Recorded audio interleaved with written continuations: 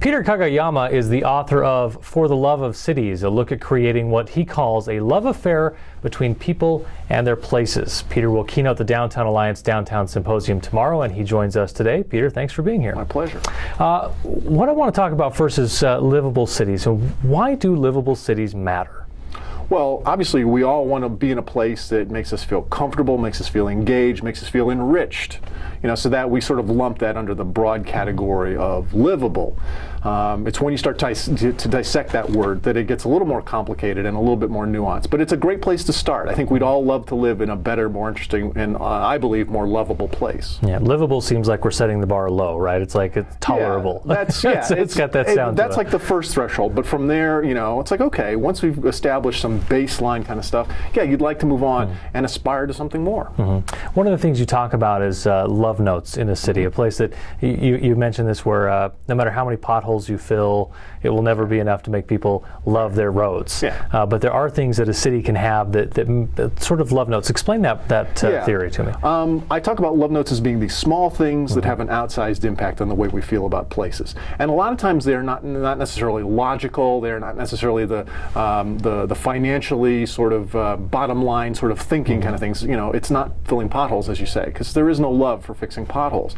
But when you do things that inspire people, that that makes them smile, makes them laugh, when you inject a little bit of beauty and a little bit of fun into places, and these things don't necessarily have to cost a whole lot of money, they do tend to have this outsized impact on the way we feel about a place. And your farmer's market, which I'm sorry I've missed, but everyone has been telling me about how important it is to sort of your downtown and your broader community. In the grand scheme of Salt Lake City, your farmer's market is a small thing, but it clearly has a big outsized impact on the way people feel about their place. And I can prove that by trying either close the farmer's market, move it, try to change it, and I'm sure you would have this huge hue and cry about how much they actually value that small thing. You haven't been here for the farmer's market, but this is your first trip to Salt Lake City. Have you seen anything in the limited number of hours you've been here that would make you think that's a love note in Salt Lake City? I like Granary Row. I like for a couple of reasons. I like how it's sort of a temporary sort of thing. In many ways it's an experiment to see how it goes. It's reusing old materials, and it encourages people to be entrepreneurial, because those stalls and things like that. I mean, you probably don't think of it, but that's essentially a business incubator.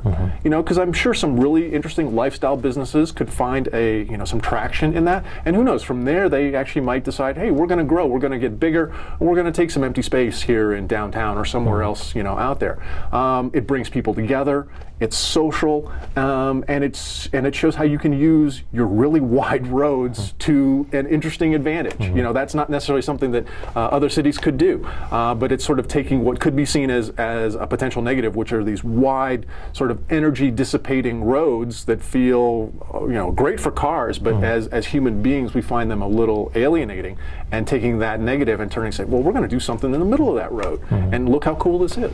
We could also turn around a team of oxen in those roads. That's why they're so I understand that. Yeah. You talk also in your book about this group of people, the motivators, the people who this small 1% in the community that actually do so much of the programming and make it different. Co-creators. Co-creators. How do we get more people to sort of join that group? Because there's a big shift that can be made if that 1% becomes even 1.5%. Yeah, and that's really what I talk about. I even say it's actually make it 1.1%. So I talk about the 1/10 of 1% solution for cities to increase those co-creators. These are the people who start businesses and movements and connect people and make stuff happen. And there's official folks, city council, city managers, all that kind of stuff. But there's a huge portion of those are unofficial people, who don't necessarily show up on the roles of these official organizations, but we all know they're making the city a better, more interesting, more livable place. And you're right, how do we increase that number?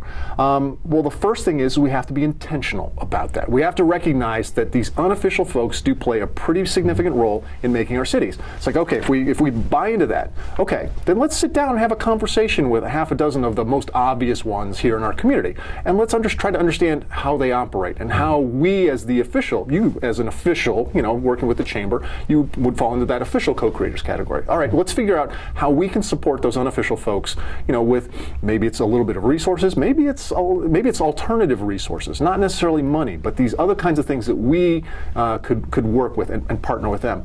And then once you sort of do that, I think you'll start seeing more of these people, because there's a lot of them out there, and there's a lot of them that would like to be co-creators. So there's ones who want to do something for their community, but right now they don't think they have the right education, they don't think they have the right resources, and they don't think they have permission to be city builders.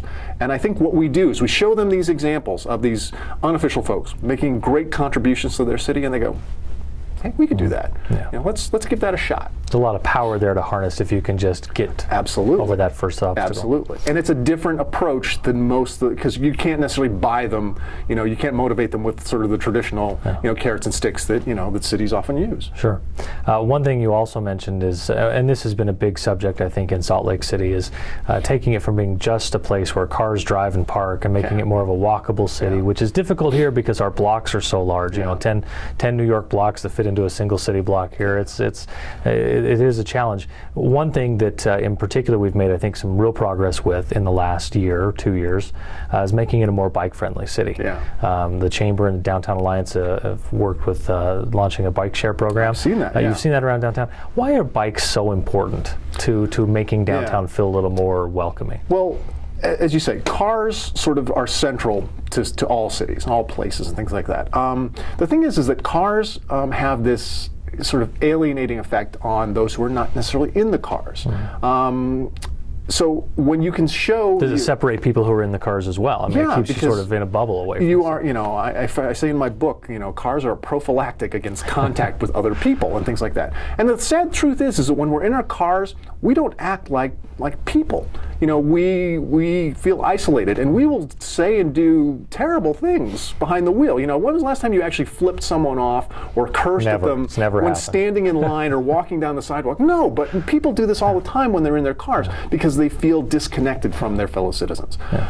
Well, when you become a more bike-friendly city, you are saying to people that it is not just about the car. It's one of those things that it's not necessarily overt, but it's felt by people. And when you can get people to feel like, hey, it's not just about the car, we're thinking about other things, then all of a sudden it opens up the possibility. It's like, you know what, maybe I will get on one of those bike share bikes and give it a shot. And I haven't ridden a bike since, I'm X number of years old or something like that, but they do it and they have fun and they feel and they experience their city in a different way.